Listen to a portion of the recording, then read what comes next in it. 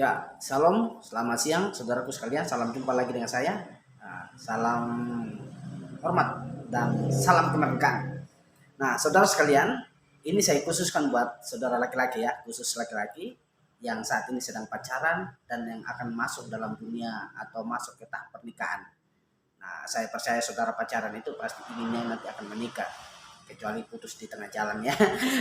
Jadi pasti semua semua laki-laki yang pacaran saat ini pasti ingin nanti akan menikah dengan perempuan pujaan hatinya atau perempuan kebanggaannya begitu ya, saudaraku sekalian. Dan ingat saudara, ini nasihat buat kita semua, sebelum kita masuk ke tahap pernikahan maka harus mempertimbangkan dengan baik-baik bagi saudara sekalian. Bagi kaum pria ini harus mempertimbangkan matang-matang dengan siapa nanti saudara akan menikah, dan apakah nanti menikah akan berjalan mulus atau tidak. Itu semua pasti ada masalah dan pasti ada rintangan di dalam rumah tangga saudara nanti. Dan itulah sebabnya mulai dari saat ini harus mempertimbangkan dengan baik-baik saudara sekalian. Nah, saya masih berkecimpung dalam kitab Amsal saudara, kitab Amsal, dan saat ini saya sudah masuk di dalam pasal yang ke-21. Nah, di dalam pasal 21 nanti kita akan belajar dua ayat yang akan saya rangkum ya, dan ini akan menjadi bakal buat kita, modal buat kita untuk masuk di dalam dunia atau masuk ke rumah tangga nanti atau di tahap pernikahan kita nanti ya, saudaraku. Dan ini sebelum kita masuk ke tahap pernikahan, maka kita harus memiliki pertimbangan matang-matang di dalam kehidupan kita sebagai laki-laki, agar nanti masuk ke dunia atau masuk ke rumah tangga kita akan menjadi rumah tangga yang baik, harmonis. Dan itu harapan bagi kita, harapan bagi saya sebagai pribadi, sebagai hamba Tuhan. Dan saya berdoa buat saudara agar mendapatkan pasangan hidup, pasangan yang terbaik yang daripada Tuhan. Nah, di dalam Amsal pasal 21 ayat yang 9 dan ayat yang ayat yang ke-19 ya, ayat yang ke-9 dan ayat yang ke-19, ada dua ayat ini yang saya mau bagikan buat saudara sekalian. Ayat yang ke-9 bunyinya begini saudara. Ya, ayat yang ke-9.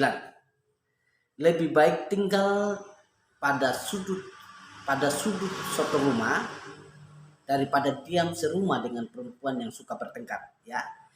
Amsal bilang lebih baik tinggal di sudut suatu rumah, artinya masih dalam rumah ya, tapi di sudut suatu rumah, belum jauh dari rumah begitu ya, daripada tinggal serumah ya. Kira-kira mungkin berpisah tempat tidur barangkali begitu ya saudaraku, mungkin pisah kamar tapi masih dalam satu rumah. Itu lebih baik tinggal di kamar sendiri daripada tinggal serumah atau sekamar dengan perempuan yang suka bertengkar begitu.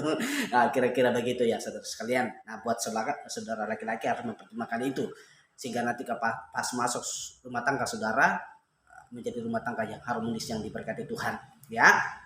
Itu masih dalam lingkup rumah saudara sekalian. Nah, makanya saya artikan mungkin pisah kamar tok begitu ya. Lebih baik tinggal pada sudut suatu rumah ketimbang atau diam di serumah dengan perempuan yang suka bertengkar, di ayat yang ke-9 tadi ya. Nah, ayat yang ke-19 bunyinya begini. Lebih baik tinggal di padang gurun. Itu berarti sudah jauh ya, pisah yang cukup jauh ya. Lebih baik tinggal di padang gurun daripada diam serumah dengan perempuan yang suka bertengkar dan pemarah. Itu ada dua kalimat, suka bertengkar dan pemarah ya. Tadi di ayat ke-9 hanya tinggal di sudut suatu rumah, masih dalam lingkup rumah, tapi hanya bertengkar. Tetapi lebih ditegaskan lagi di ayat ke-19 adalah tinggal di padang gurun yang tidak ada penghuni sama sekali, daripada tinggal di dalam rumah dengan perempuan yang suka bertengkar dan pemarah. Itu ada bertengkar dan pemarah, lebih tajam lagi saudaraku, lebih keras lagi disampaikan oleh Raja Salomo, mengingatkan kepada kita generasi, kepada pemuda, kepada laki-laki ini yang akan masuk di dalam dunia atau masuk di dalam pernikahan nanti, agar mempertimbangkan. Makanya itulah sebabnya kita harus benar-benar memilih dengan siapa kita akan menikah nanti, sehingga ketika kita benar-benar matang dalam pemilihan kita, matang dalam prinsip untuk menikah, maka saya percaya saudara, sekalipun nanti saudara rumah tangga ada masalah, itu bisa diselesaikan dengan baik. Dan makanya sebabnya carilah orang yang bukan perempuan yang suka marah, tapi cari perempuan yang suka mengasihi, suka mengampuni, suka menolong, suka mensupport kita sebagai laki-laki, dan laki-laki juga harus support semua istri yang suka mengasihi, saudaraku sekalian. Itulah sebabnya cari pasangan yang sesuai standar Tuhan. Jangan lihat